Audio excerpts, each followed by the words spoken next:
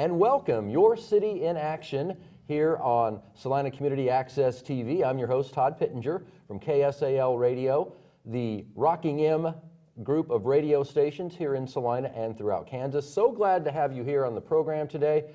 Fun show lined up today. With us, a woman I've known for a long time, too long to tell. We've known each other for a long time. I knew her, she used to be affiliated with Downtown Salina. I did. And now, I knew her then as Melissa, or Melissa Hodges. Right. Now I know you as Commissioner Hodges. Well, and I'm very excited to be Commissioner Hodges, and I'm very grateful to have been appointed to the City Commission. And let's talk a little bit about how you became Commissioner Hodges. And for those that don't know Commissioner Hodges, it could be county, you know, it's City Commissioner. You now sit on the Salina City Commission. I'll rewind a little bit, then I'll let you tell the story, but I'll rewind a little bit. It all got the ball rolling when Commissioner Randall Hardy got elected to the Kansas State Senate, correct? Correct. And then he had to resign, or he didn't have to, but he did resign his seat with the Salina City Commission, which left an open seat. Right. How did you fill that seat? Well, basically, when it became apparent that we were going to need to fill Senator Hardy's seat on the City Commission, the city put out a notice that any interested applicants could fill out an expression of interest form, and if you are ever interested in volunteering for a board at with the City of Salina, you can go on the City of Salina's website and fill out an expression of interest form for your particular area of interest. So at any rate, I did that along with a lot of other people. I think there were a total of maybe 13 people that filled out. There were a lot. There were, and some really— A lot of very qualified people too, yes. Extremely. From all aspects. Absolutely, absolutely. They could have chosen many great candidates. But at any rate, I was nominated and I was selected to fill Senator Hardy's seat, and so I joined Dr. Trent Davis, John Blanchard, Vice Mayor Carl Ryan, and Mayor Kay Crawford, one of the 5 Salina City Commissioners. And how long, you're going to last almost a full term of Commissioner Hardy, right? Well, it's over a year, or what well, is it? It's just over a year. I'm going to be filling the remaining time on his position. Right. And I believe that now that we're currently in the fall cycle of elections for all of our elections, I would be running for office in the fall. If you choose to run. If I choose to run. Are you going to run? Right. Well, I think it's a little early to tell. I have to tell you, two of my first 3 meetings were like pretty brutal. They were like 5-hour meetings, and not that I'm complaining because we had a lot of stuff to work through. They were really complex projects, but— In the amount of full disclosure, I was at those meetings, but I bailed, went back to the office and sat and finished watching them on my computer here on Community Access TV. I'm so glad they those meetings. Absolutely. I finished watching them on my computer at work. They were marathon meetings, but you had big business to do. We did. In particular, the meeting where we dealt with the downtown revitalization plan. Which I would guess is near and dear to your heart since you come from the Salina Downtown organization. Absolutely. And not only do I come from the Salina Downtown organization, I grew up in downtown Salina. My father and my grandfather were small business owners at 108 North Santa Fe. They had Phil Rose & Son Jewelers.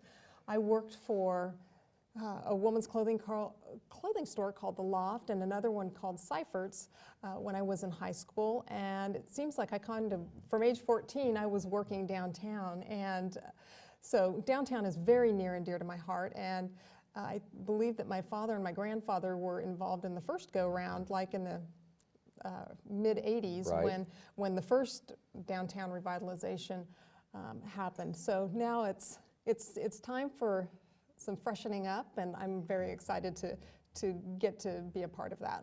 Again, this is Your City in Action here on Salina Community Access Television. Our guest today, Salina City Commissioner Melissa Hodges. And we just touched on a little bit the revitalization of Salina Downtown. Right. Let's talk about it. Multiple things to talk about. First of all, it's not going to be cheap. It's going to cost a lot of money. Right. Very complicated formula. Right. What people need to know, how it's all ball got rolling, so to speak. Some private citizens came forward, had an idea, came forward with some money as well for the Fieldhouse project. And then I would say, in my book, just kind of exponentially grew from that. First of all, talk overall about how the funding for this. Well, just to back up a little bit, when I was at Salina Downtown, that was when the Salina Fieldhouse project was Right. just starting to get some traction. You had a group of private business people who put together this idea for the field house and raised $4.5 million, Right. which is an incredible amount of money. Absolutely, yes. And then we're able to leverage that with the city putting in another 4.5, and actually I believe that That's amount increased a little bit it's now, increased a yes. little bit now. But at any rate, to put in the field house, some of the same folks that were involved with the field house project are also members of a development group called Salina 2020. Right. And Salina 2020 is the group that's really kind of taken the ball and run with it in terms of presenting a downtown redevelopment plan. So we're definitely very grateful to all the folks at Salina 2020 for putting in their time and their financial resources and their passion to and having patience to get this project up and going. But the Star Bonds project, it's actually not just Star Bonds. Right. Some folks may be familiar with the Legends in Kansas City. Yes. That's an example of a Star Bonds My project. wife loves to go there and shop. Absolutely. And once Salina Downtown comes to fruition, she'll love to go there and That shop. we'll be drawing, Yes. hopefully, those same folks. But Star Bond stands for Sales Tax and Revenue. That's what I was where you going to get the ask. star. That's what I was going to say. Tell me what a star bond is. Right. A Star Bond is a sales tax and revenue bond. First of all, what you do is you establish a Star Bonds district. Yes. And just to keep the math simple, because anybody who knows me knows I have to keep the math simple, let's say in this given geographic area, this given district, that district produces $1 million every year in sales tax. Historically has produced that. Once you have it designated as a Star Bond district and you make these improvements to the district, any increase off of that $1 million base sales tax that's collected, any revenue over and above that goes toward paying off the Star Bonds, Right. if that makes sense. Yes, absolutely. That part, I can get it, but I don't, Right. I understand it, but I don't know that I Yes. explain it that well. So at any rate, the hope is that all the incremental taxes that are generated within the Star Bonds district will then go to pay off the Star Bonds debt, which is retired, I believe it's 20 years. 20 years, I thought I heard 22, but it is 20 years. So essentially, kind of in a roundabout way, they pay for themselves. Absolutely, that's the hope. And there is always a little bit of risk there Right. too, because There's a risk with everything in life. there is risk with everything in life. But sometimes when you look at other Star Bonds projects, it's important to know that not every Star Bonds project is a slam dunk. Right. And so you want to look at a project that's maybe struggling a little bit, like Prairie Fire in Overland Park, and just want to make sure that we can avoid making having some of the same things happen with them. Definitely don't want that to happen Now, with us. not everything can be designated star bond. You have to get approval from the state. Is that right? That's correct. You go through the Department of Commerce, and the Department of Commerce has given the city a provisional approval. Right. Saying if you meet these criterias and do these things, then you will be able to get the Star Bond. So now the process is we have signed a development agreement with Salina 2020, and we get to start working on things like developing the streetscape. Now, Right. there was a firm, OH&H, Oxner, Hare & Hare, which came to Salina, and a lot of folks out there may have visited with some of their staff in Right. terms of developing this downtown streetscape. And I just assumed that once the downtown streetscape is developed, it's developed. But then you give it to like an engineering company, and they figure out how to make all those pretty things Right. actually function. Sure. And so we're at that point right now, and so that'll progress. Right. And there's a whole bunch of different things that you're Yes. kind of working on at the same time. The Yes. development group is getting their businesses signed up. The city is making sure that we have a calendar and a timeline so that we can hit all the designated benchmarks that we need to within the development agreement. So I know the radio Anyway. station is downtown, so I see the I just field keep house. going and going and well, going and there's a going. lot to talk about with There it. is. I see the field house going up before my eyes day by Right, day. right. All right, we talked about two mechanisms of funding: Right. star bonds, Right. the private funds. Right. Where's more money coming from as well? I know there's like a TIF district, right? And a CID. TICs, can't say it. A TIF is tax incremental financing.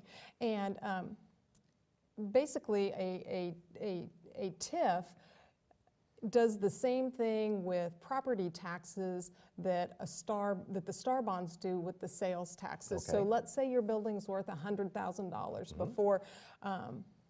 before this whole project gets done, and after it gets done, it's worth $250,000. Well, then we would collect the difference in that property tax, Right. and it would go toward, Paying off that debt. Right. And then the CIDs are actually additional sales taxes that the folks downtown have voted to put on themselves in order. That's how the CID money comes to us. It's Right. actually an extra sales tax. Sure. So at any rate, we've got the hotel, the alley, and then downtown. That's so what I we've was got gonna say, we've got yes. the three kind of districts in there. So You've talked a little bit about some of it. I get a headache when I try to look at all these numbers and Right. all these different things. Right. Let's talk about what the idea is. What's it going to look like? You mentioned the alley, which isn't just a bowling. It's a No, family no. fun center. It is. It's a very cool thing. What are some of the other things? I know there's some existing things like the Stiefel Theater that will Right. benefit from this. The Absolutely. existing businesses downtown will benefit from it. Hopefully the radio station Hopefully. selfishly will benefit from it Absolutely. also. The University of Kansas building a medical school Right. downtown. I'm Right. seeing that go up before my eyes Right, right now. right. What are some of the other things that are going to come to downtown? Well, the nice thing is that with this entire plan, it does have, there's money set aside for, say, like Salina downtown to be able to do some different kinds of programming Right. and maintenance and security.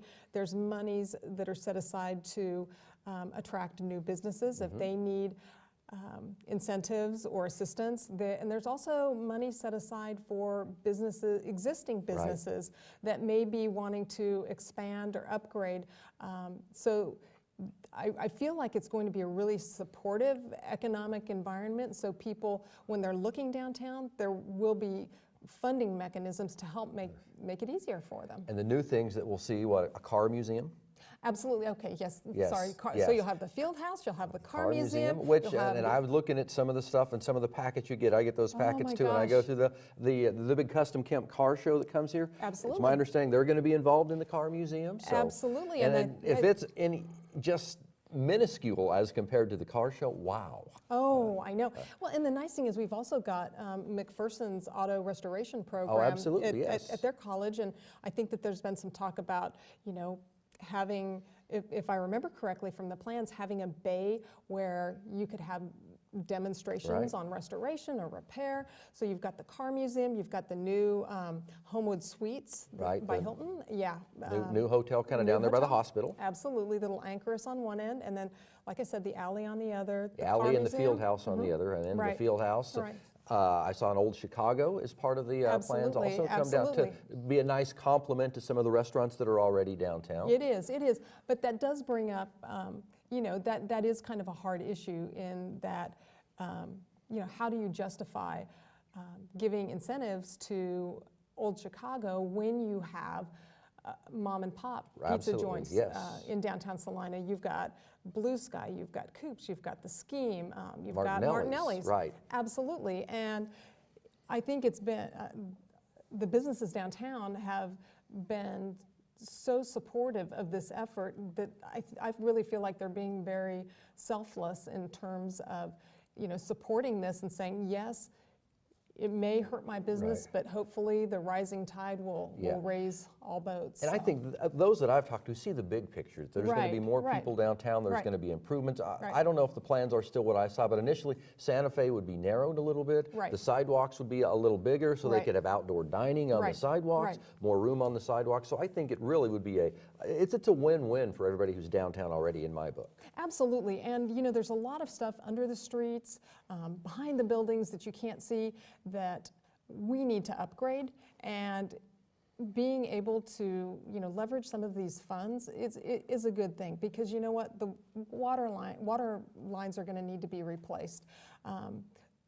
We're going to have the street torn up. Great time to do it. So absolutely. yeah. Well, I know I'd been told all along that the whole thing, the kind of the primer that was going to get this all started was the Fieldhouse Salina project. Right. And if things go as planned, it's going to be open by midsummer. Right. I know. That's very exciting. I can't wait. We bought some turf the other night. I saw that. I saw it, and again, I wasn't there. I was at my computer at my desk watching on Access TV, and I saw they showed the turf to you, right? They did. Now they didn't let us come out around from our desk. I wanted to stomp on that and take a feel for myself. But well, just briefly, tell me what Fieldhouse of Salina is. It's not just a bunch of basketball gyms that's going to sit empty most of the time. It's more than just gyms there, and it's not a fitness center either. So what exactly is Fieldhouse Salina? Well, Fieldhouse Salina it's going to be a multi-purpose sports facility. We are going to be able to host basketball tournaments, volleyball tournaments.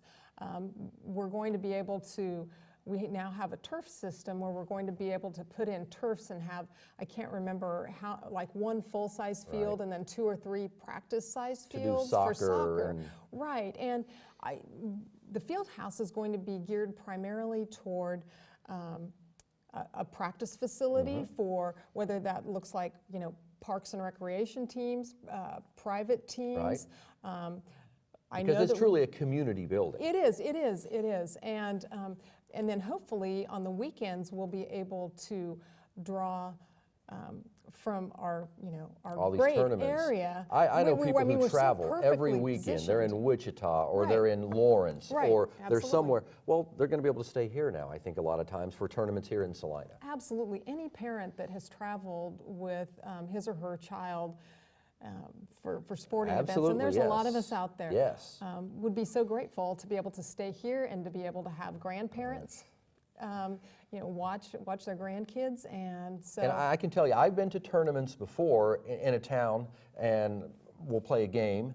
You've got hour and a half, 2 hours before your next game, and there's nothing to do in the area where I'm at. So you break out a lawn chair and you've got an umbrella to try to stay cool. When Salina downtown is revitalized, when those things are going on at Fieldhouse Salina, there's going to be a lot for people to do, all within walking distance of the field house. Absolutely.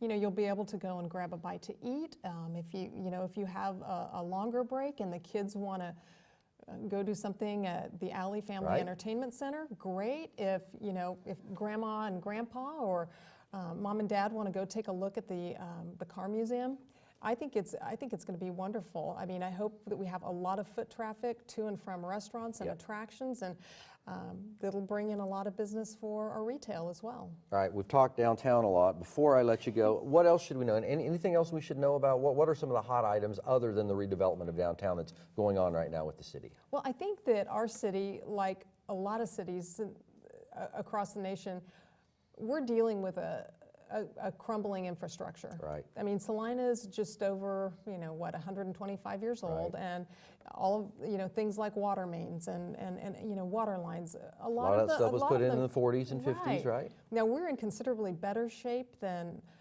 most cities across the country, and we've got a phenomenal staff who's really, looking ahead toward the future and getting all of that up to speed. But I think that you're going to see us making some big investments in capital improvement projects, maintaining and taking care of what we have, whether that's water mains or roads.